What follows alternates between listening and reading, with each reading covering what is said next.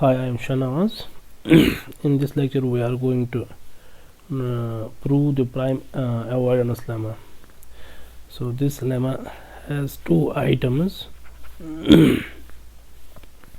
So the item first is if p1, p2 through pn are prime ideals. So let p1, p2 through pn are prime ideals in a ring A, and say I be any ideal in A.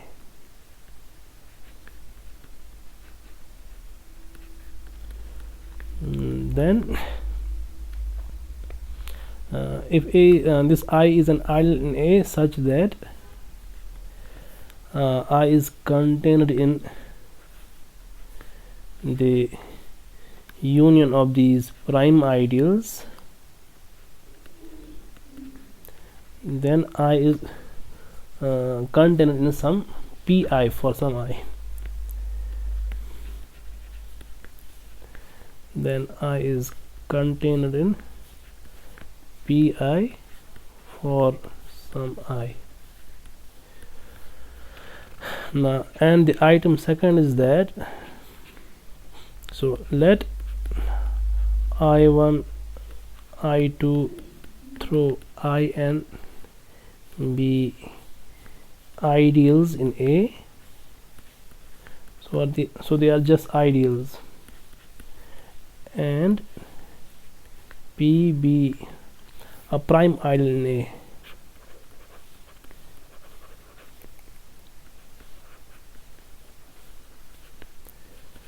Such that this P contains their intersection.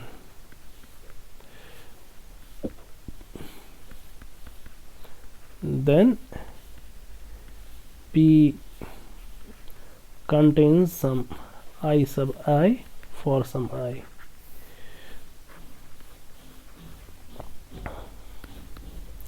So let us prove the first item. So in first item, what we have to do, we are going to assume that this I is contained in the union of prime ideals.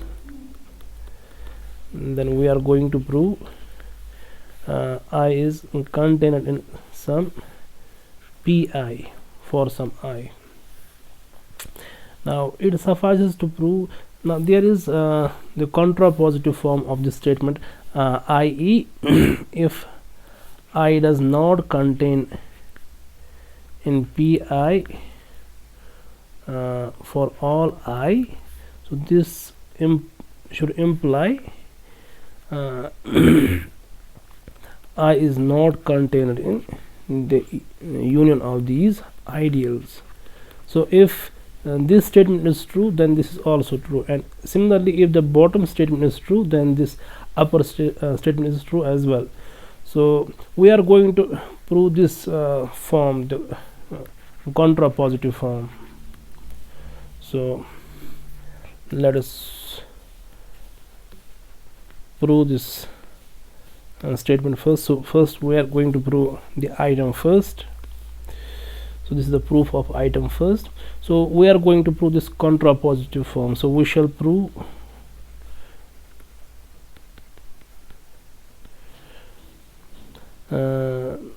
it is contrapositive form.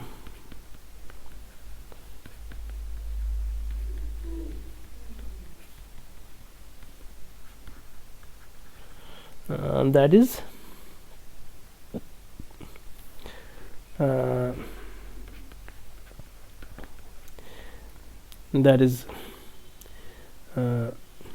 if P is not contained in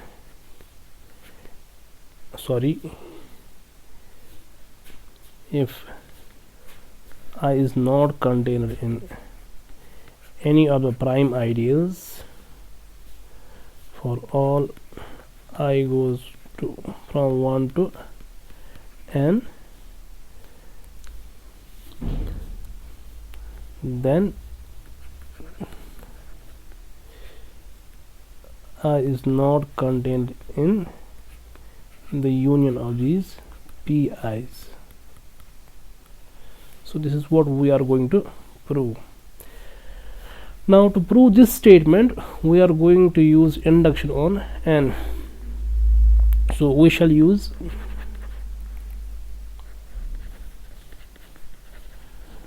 induction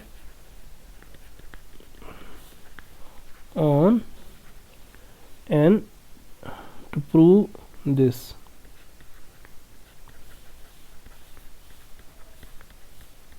So if n is equal to 1, then I is contained in pi implies I is contained in p1. So for I equal to 1, I mean for n is equal to 1, the statement is true, because so for n is equal to 1, the result is certainly true. Now let us assume that this n is bigger than 1 and assume that the result is true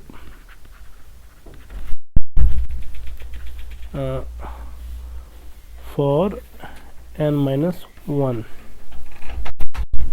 So we are going to assume that result is true for n minus 1, and we are going to prove it is true for n as well. Now by this assumption we have, so this means since the result is true for n minus 1, that means if I is not contained in pi for say pj, for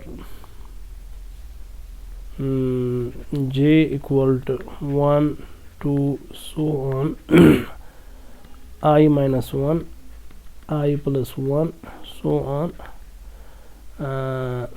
and then p is not contained in, sorry, I is not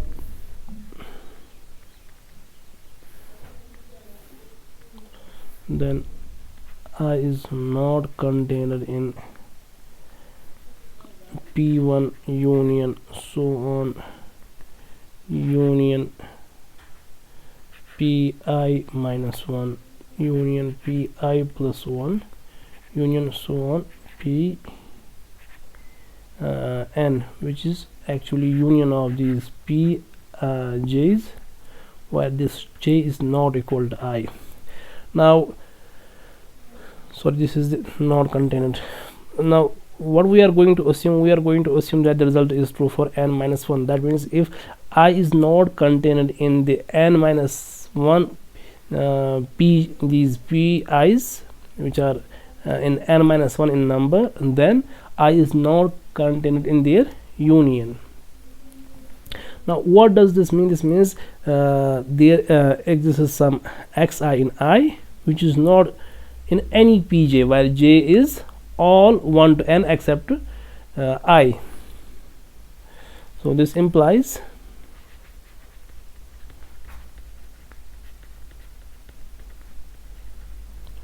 there exists xi in I such that xi does not belong to pj for j runs from 1 to say this is I minus 1, I plus 1, so on, n. Now there are two cases. So this xi is in every pj except pi. So this means here xi is in all pj's for all j whenever j is not equal to I. Now there are two cases. If xi is in pi, what will happen, and if xi is not in pi, then what is going to happen? So first we are going to assume xi is not in pi. So suppose xi is not in pi, that means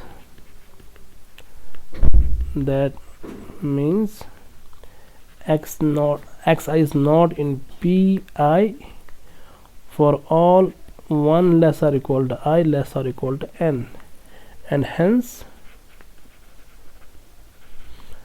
xi is not in the union of these pi's where I is running from 1 to n. So this means that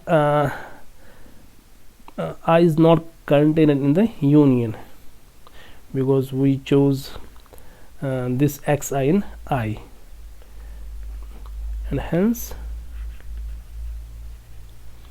I is not contained in the union of these pi's where I runs from 1 to n. So we are done in this case.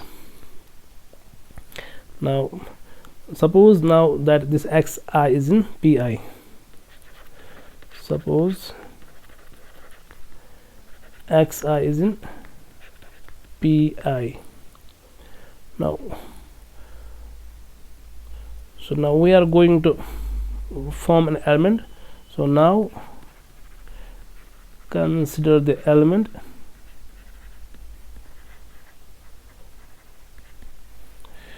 y, which is equal to x2 x3 so on xn plus x1 x3 so on xn plus so on plus x1 so on xi minus 1 xi plus 1 so on xn, and finally x1 x2 so on xn.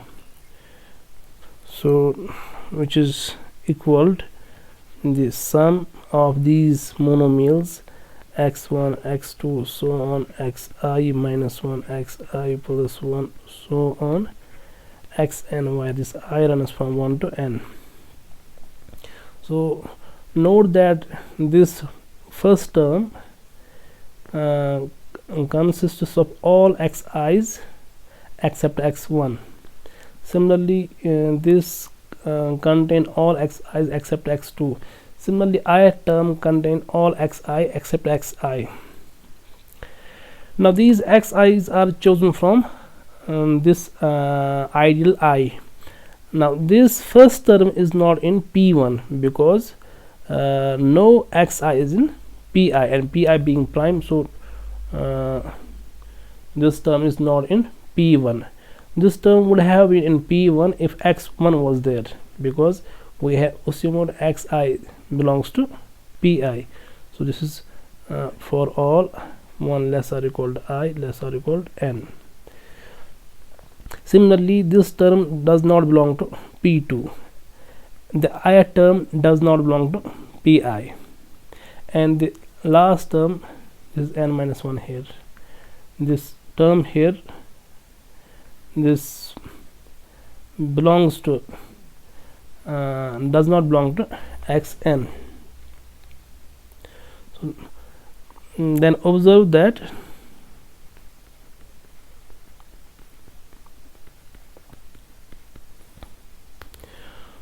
y is in I, because all these xi's are chosen in I. So this y is going to be an element of I.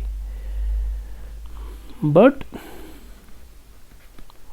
y is not in pi, where 1 is less or equal to I is less or equal to n, since each monomial is not in pi. Since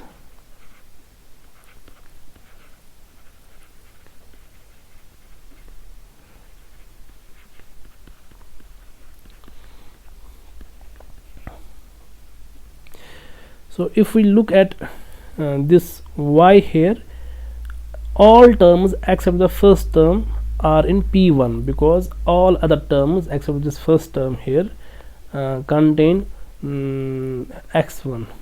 So one should note here this is x1 here, x1 here. So all terms but this first term is in P1. So the sum is not in P1 because the first term is not in P1. Similarly, second term is not in P2, hence whole y is not in P2. So that means this y is not in Pi for all 1 less or equal to I less or equal to n. So therefore this means, so if this y is not in any Pi, so y is not in their union. So therefore y is not in the union of these Pi's. This means, so y is not there. So this means y is in I but y is not in the union, means I is not contained in the union, and hence I is not contained in the union of Pi's. So at the first place we assumed that I is not in Pj, and we ended up at I is not in the union. So this proves the prime avoidance, and that means this statement here is true. This contrapositive statement is true. So this statement will imply the first statement. Now let us prove the second item of the theorem of the lemma. Now this is the second.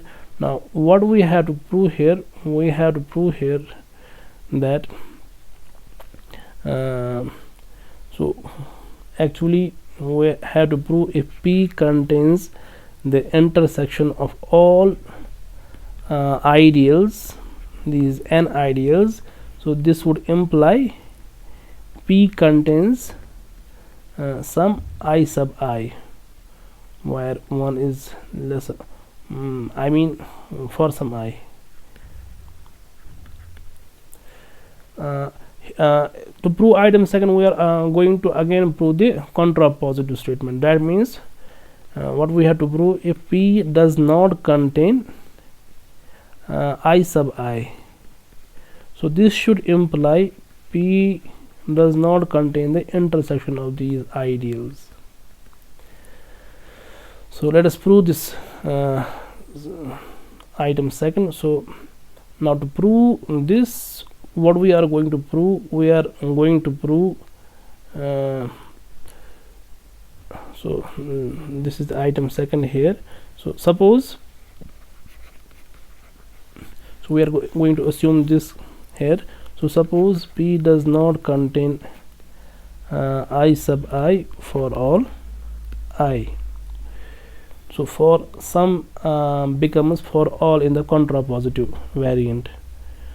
So for all 1 less or equal to I less or equal to n. So this means there exists some element here which is not in P.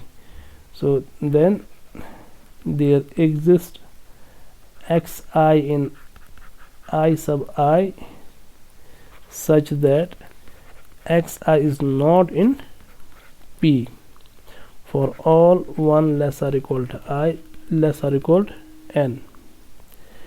Now let us consider the term. So now if we look at this term, the product of these xi's where I runs from 1 to n, which is x1 x2 so on xn. Now this term here, this belongs to the product of these ideals, I mean it belongs to the product of these capital I's by definition of this product. But we know that the product of ideals is always contained in their intersection. So this is it here. Now that means this term here is in the intersection. So but product of these little xi's does not belong to P. The reason being P is a prime ideal. So if P contains this element x1, x2, so on xn, so if P contains this term, then by definition of the primeness of P, x1 is there or x2 is there. I mean any xi is there, but we know here that no xi is in Pi. So the reason is since P is a prime ideal.